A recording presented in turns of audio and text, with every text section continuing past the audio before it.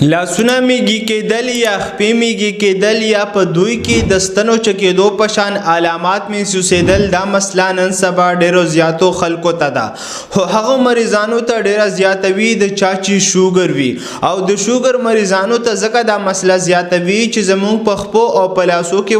ورکوټي رګونه تللي دي کم ته چې بلډ ویزل ویلی شي او د دې سره سره ورکوټي اعصاب دي کم ته چې نروې ویلی شي نو کله چې د دې رګونو په ذریعه باندې د نروې ته د اعصابو ته زموږ اکسیجن نه رسیږي وینه په صحیح طریقه باندې نه رسیږي او دوی ته چې کوم خوراک نه رسیږي په صحیح طریقه باندې کم ته چې نیوټرینټ ویلی شي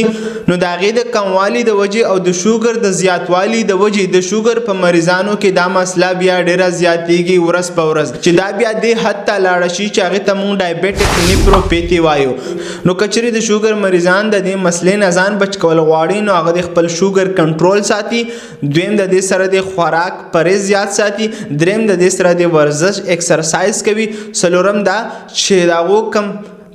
طرز زندگی ده د په بهتره طریقه باندې د تیرولو کوشش کوي چې د دې سره هغوی کې دا مسله کمیدو طرف ته راتلی شي